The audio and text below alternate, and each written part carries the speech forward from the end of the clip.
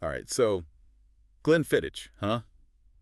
You want to know what makes this single malt so special? Well, yeah, I mean, it's only one of the most popular single malts around. And for good reason. Yeah. This stuff is good, but we're going deep on Glenfiddich today. Like, what's their deal? Where'd they come from? Right, like the whole story. Exactly. So to help us unpack all of this, I've got our resident whiskey expert here. Hey, glad to be here. So Glenfiddich, huh? Give us the lowdown. What's their story? Well, you got to go way back to 1887, Dufftown, Scotland. Wow, 1887. That's, what, almost a century and a half ago? Yeah, pretty much. And get this, the founder, this guy William Grant, he had this vision, right? He wanted to make, and I quote, the best dram in the valley. Ambitious. I like it. And the thing is, Glenfiddich is still family-owned and run today, which is kind of a big deal in the whiskey world. You don't see that too often these days. No, not at all. No. So you've got to give them credit for holding on to that legacy. Absolutely. Hmm. 1887, I'm guessing the whiskey scene was a little different back then. What made Glenfiddich stand out to those days? Well, think about it. Back then, it was all about blended whiskey. That was the big thing. Right, single malts weren't really, like, a thing yet. Exactly. Single malts were like an afterthought. But William Grant, he was different. He really believed in the unique character of single malt. And, you know, it took guts to go against the grain like that. And that pioneering spirit, it's still a part of their identity today, isn't it? 100%. They're always pushing boundaries, trying new things, but with a real respect for their heritage. And it's clearly working for them. I mean, look at them now. One of the most recognizable single malt brands worldwide. It's true. And speaking of recognizable, that stag logo, it's iconic. You see that stag, you know it's Glenfiddich. What's the story there? Yeah, the stag, well, it's more than just a logo, right? It's a symbol of their roots. Glenfiddich actually means Valley of the Deer in Gaelic. Oh, wow. I never knew that. Yeah, so it's a tribute to where they're from, the Scottish Highlands, the land, the wildlife, it's all connected. That's really cool. They've really woven their heritage into everything they do, haven't they? Yeah. Totally. Okay, so we've covered history, legacy, but let's get to the good stuff, the whiskey itself. Right, let's dive into that. Now, Glenfiddich is known for having a pretty diverse range of expressions. Where should we even begin? Well, they do a great job of catering to everyone, whether you're, completely new to single malts or a total whiskey aficionado. There's something for everyone. Exactly. But I think to really understand the essence of Glenfiddich, we got to start with their core range. It's like a masterclass in their signature style. Love it. Let's do it. Their 12-year-old is often considered a great introduction to the world of single malts. Why is that? What makes it so approachable? Well, the 12-year-old, it's all about balance, smoothness. Right off the bat, you get this amazing orchard fruit aroma, like picture fresh pears, green apple, maybe a hint of citrus. Very inviting. Sounds delicious already. And then when you actually taste it, it's almost like biting into a buttery shortbread cookie, those vanilla notes, a touch of oak. Okay, I'm sold. Just from that description. And the finish, that's where it really shines. It's long, mellow, with this really pleasant sweetness that just kind of lingers. Oh, man, I need to get my hands on a bottle of this stuff. You won't regret it. Okay, so that's the 12-year-old. A fantastic intro to the world of Glenfiddich. But knowing them, they don't just stop there, right? No, absolutely not. They like to push the boundaries a little bit. Experiment. That's what I like to hear. Take their 15-year-old Solera Reserve, for example. Now, this one is aged using a really fascinating system called the Solera system. Solera system. That rings a bell. Remind me. So it's a process that was originally used for sherry. Picture this. You've got all these casks stacked on top of each other. Okay, I'm picturing it. And the whiskey is slowly aging, moving down these tiers. Right. And then the oldest whiskey, it gets drawn from the very bottom cask. But here's the catch. They never completely empty that bottom cask. They keep topping it up with whiskey from the cask above. Wow, that is fascinating. So when you're drinking the 15-year-old, you're tasting a blend of different ages, all mingling together. It's like this continuous evolution of flavor, So cool. It's like a little piece of history in every bottle. That's incredible.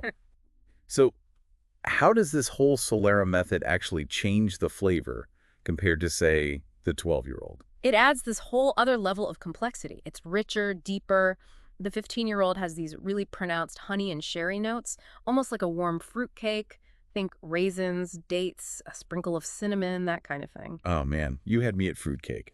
Okay, so we've gone from like crisp and fruity with the 12 to rich and complex with the 15. What comes next in this core range lineup? Well, if you're ready for a whiskey that just screams sophistication, the 18-year-old is calling your name. It's really something special. See, the 18-year-old, it spends 18 years, almost 2 decades, maturing in a mix of Oloroso sherry casks and bourbon casks. Okay, so two totally different cask types. I'm guessing that creates some pretty interesting flavors, right? Oh, you have no idea. Okay, imagine this. That smell of, like, old leather, like a vintage armchair in a library, surrounded by old books. I can picture it. It's amazing how whiskey can transport you like that. It really is. So yeah, that's the 18-year-old on the nose. You get those dried fruits, the leather, and then obviously that oakiness from the casks. So far, so good. What about the actual taste? Okay, so on the palate, you get these layers of like juicy apples, warm cinnamon, and then this amazing toffee sweetness. It's rich, but not too heavy. And I bet the finish is. Long, warming. You get a hint of spice from the oak. It's incredibly well balanced, really. 19 years in oak will do that. It's kind of like that, yeah. So we've got a theme emerging here.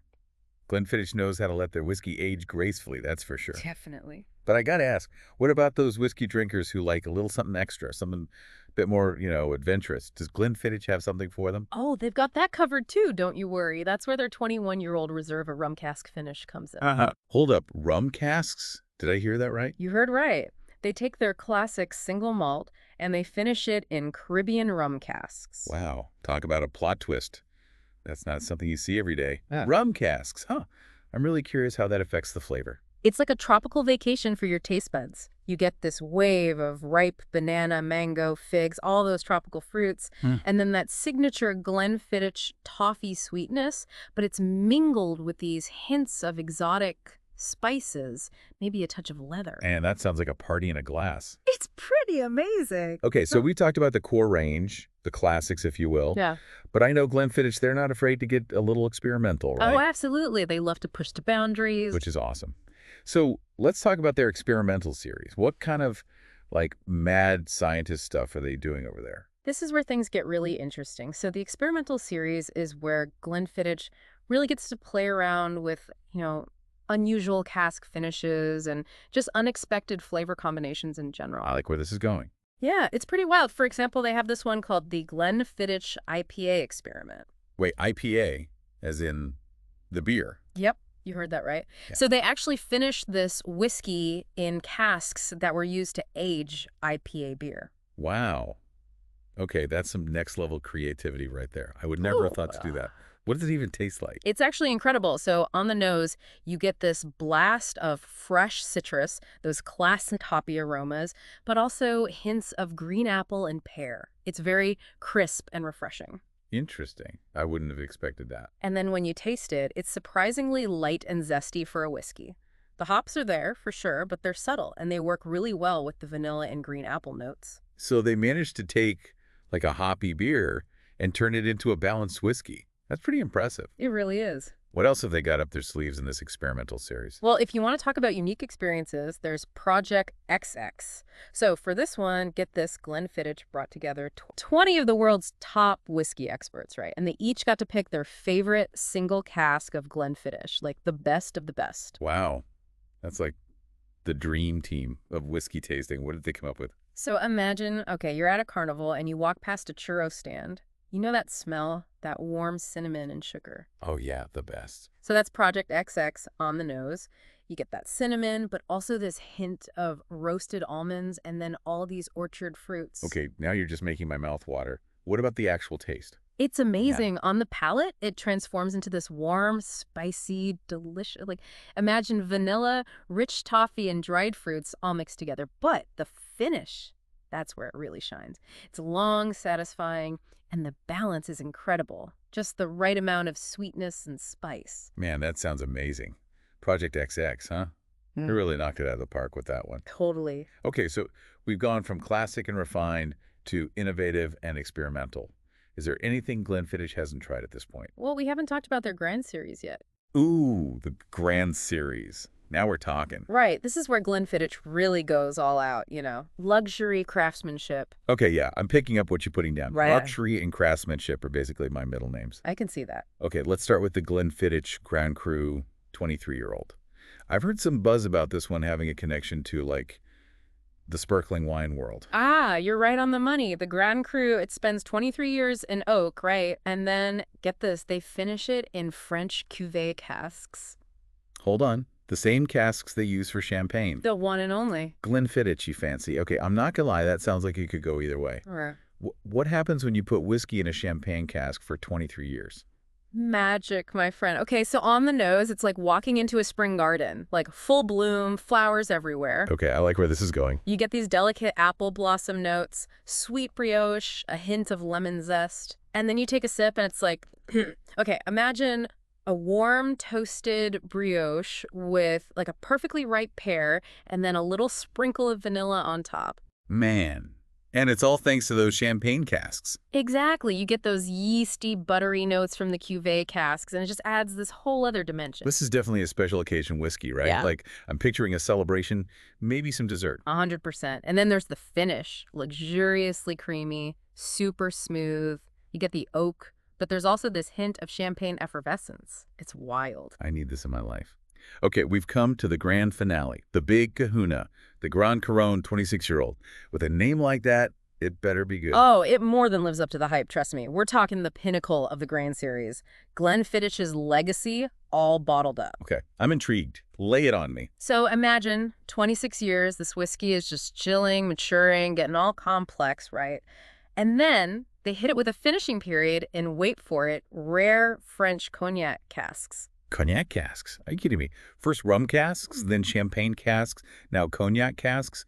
Glenfiddich is out here breaking all the rules. And they're doing it well. All right, you've convinced me. Hmm? Tell me more about this cognac cask magic. Okay, so you get this amazing richness and warmth from those casks. Toasted oak, vanilla bean, maybe a hint of almond on the nose. Sounds amazing so far. And then when it hits your palate, it's like, boom! Symphony of flavors, deep brown sugar, warm spices like cinnamon and nutmeg, and of course that classic Glenfiddich oakiness. It's all there. And the finish. The finish. Oh man, it's unbelievable. So smooth, so decadent. It's like being wrapped in a warm blanket on a cold day. You get these hints, this like coffee, dark chocolate, that luxurious cognac sweetness, you know, and it just lingers and lingers. It's an experience. Wow, I can only imagine. We've covered a lot of ground here today, from the crisp 12-year-old all the way to like the luxurious depths of this Grand Couronne. Right. What a range. Glenfiddich really does have something for every whiskey lover out there, huh? I think so. Whether you're just starting your whiskey journey or you're a seasoned pro, there's a Glenfiddich expression out there for you. I couldn't agree more. They've really mastered that balance of tradition and innovation, wouldn't you say? Absolutely. They're not afraid to experiment, but they also have a deep respect for their heritage, and that comes through in every bottle. Well said. And to all our listeners out there, if you're feeling thirsty after this deep dive, I encourage you to go out and explore the world of Glenfiddich for yourself. Start with a classic, get wild with something from the experimental series, or really treat yourself to something from the Grand Series. Whatever you choose, remember, Glenfiddich, more than just a deer on the bottle. This is a journey of flavor, a celebration of like pure craftsmanship, you know, a testament to everything that makes single malt Scotch whiskey so special. Cheers to that.